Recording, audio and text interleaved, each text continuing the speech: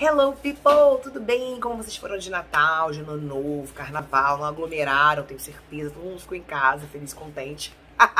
Eu fiquei. E quando eu não tava em casa, eu tava trabalhando, mas enfim. Voltando aqui ao que interessa, né? O meu objetivo nesse vídeo é falar sobre uma coisa muito legal que eu achei em um dos seriados que eu assisto, tá? Porque assim, pra quem não sabe, eu trabalho com venda, tá?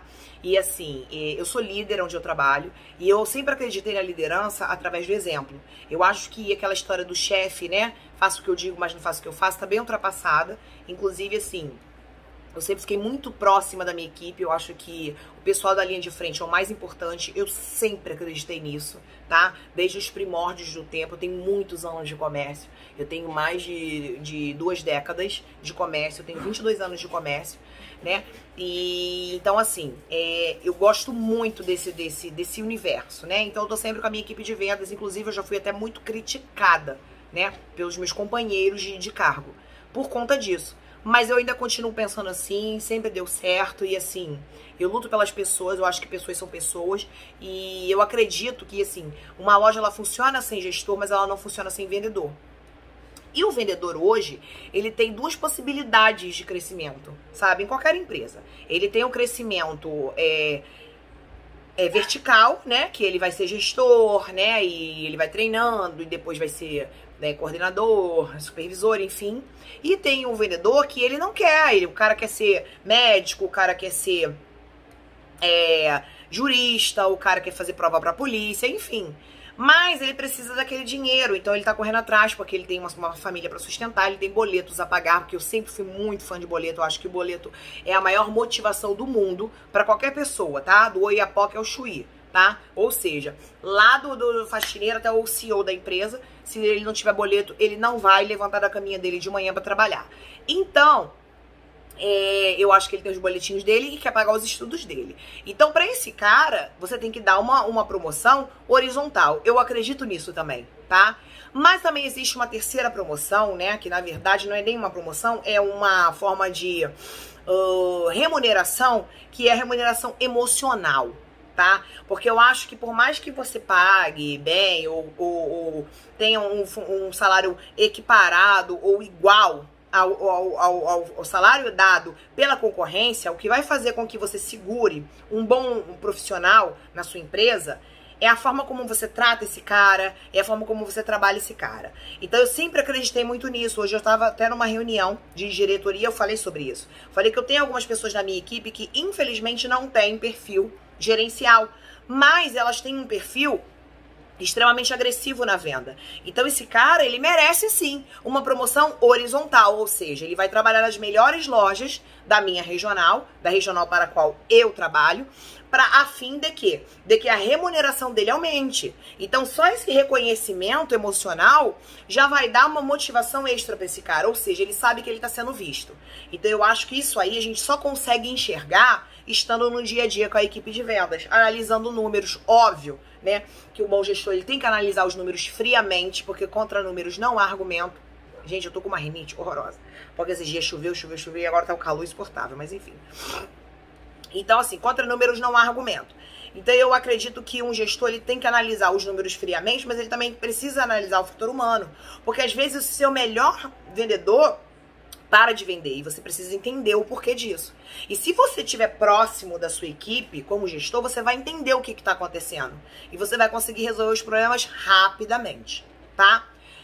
Mas vamos aqui ao exemplo. Estava eu vendo um seriado que eu gosto muito com a minha mãe. Porque assim, eu estudo muito, eu gosto muito de estudar. Eu sempre gostei de estudar.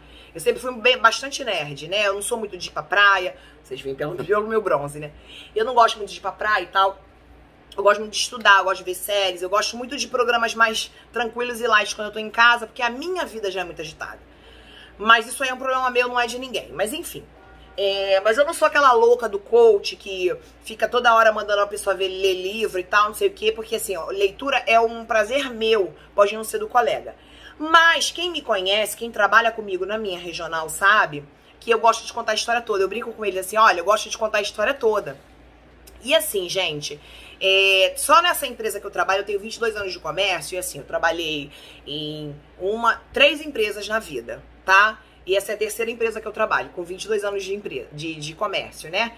E só nessa empresa eu tenho 13 anos. Então, assim, eu fui muito estável nos empregos que eu trabalhei. Por quê? Porque eu sempre prezei pela minha equipe, né? Então, quando eu não estava mais à vontade naquele local, ou eu me retirava, ou, né, o que aconteceu em uma delas, a empresa fechou. E na outra eu já não me sentia mais tão feliz e confortável e eu me retirei. Mas, enfim, tenho ótimos contatos com essas pessoas. Até hoje eu falo com o dono da empresa, com a supervisora geral da empresa, que é uma pessoa que eu, nossa, admiro demais. E então, assim, eu não tenho um problema, não tenho mazela, não tenho esse estresse, sabe? Não deu, a história acabou, a gente segue em frente.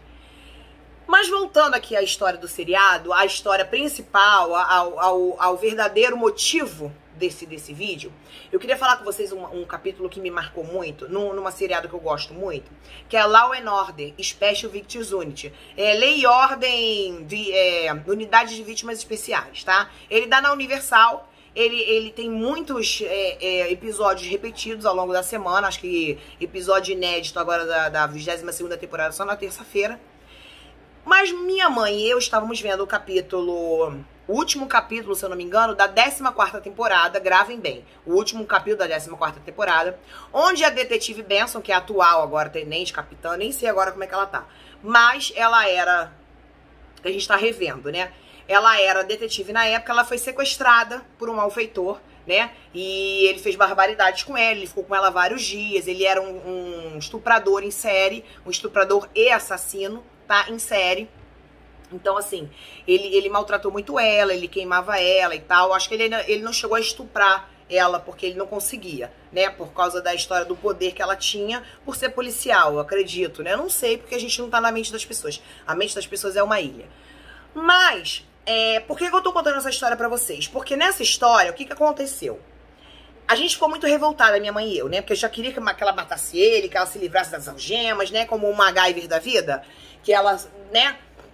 E ela cumpriu os protocolos direitinho. Apesar de estar com fome, com sede, enfim. Ela cumpriu os protocolos, chegou uma vítima, ela conseguiu fazer com que a vítima fugisse.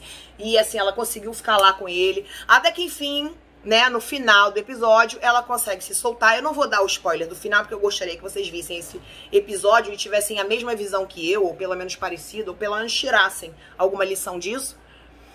E aí, ele começa a desafiar ela. Porque assim, isso aí denota muito nós, como líderes, em relação às normas e procedimentos de uma empresa. Porque, assim, eu acho que como líder, a gente tem que cumprir umas normas de procedimentos da empresa. Eu sempre falei isso pra minha equipe gerencial, sabe? Você tem que cumprir as normas e procedimentos da empresa, você tem que ser 100% profissional, você tem que ter controle emocional, né? Então, assim, eu sou uma pessoa que eu tenho um pavio super curto, tá? Eu sou uma pessoa extremamente explosiva. Então, se eu tô vendo que eu não tenho condições de dar um feedback nessa pessoa hoje, ou eu saio da loja pra dar uma volta, eu vou embora e só volto quando eu tiver calma, sabe? Porque eu me conheço e eu não quero ser antiprofissional, sabe? Então a gente tem que ter esse cuidado como líder. Então se o líder, ele não se conhece, ele não entende das fraquezas dele, ele não tem humildade pra entender, né? O momento que ele precisa agir corretamente, ele tá na roça. E eu sempre falei isso pros meus gestores, né? Então a Olivia tá lá, muito bonitinha, querendo fazer lá o negócio dela. E o cara começa a pegar o psicológico dela. E no momento de fraqueza ela faz uma coisa lá que, sinceramente, eu também faria. Só que assim, no lugar dela, com a profissão dela, na situação que ela estava, ela não poderia ter feito, né? Ela deveria ter tomado do caminho. Enfim, para mais informações, vejam o episódio. O que eu tô querendo falar pra vocês, né? Na 15ª temporada, acho que foi no episódio 3, ou 4 ou 5, eu não sei, né? Nos primeiros episódios logo, nos 7 primeiros episódios, ela topa com esse cara de novo e ela quase perde o emprego dela, tá? Ele quase se safa de tudo que ele fez. Assim, ela tem que, de novo, né, se deparar, né, porque foi muito traumático pra ela, obviamente, né? Vocês vão entender por quê.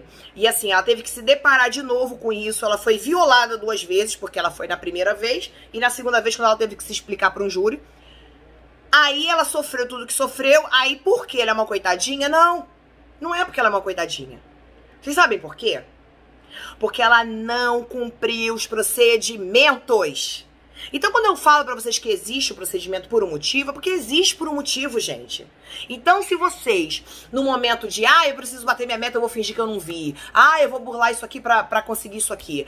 Eu vou fazer isso aqui, mas esse cara é de confiança e ele não vai me sacanear. Gente, esquecem isso. Esqueçam, tá? Sejam profissionais, porque no dia que vocês saírem do centro de vocês, no dia que vocês fizerem qualquer coisa que desabone a conduta de vocês, isso vai ser usado contra vocês.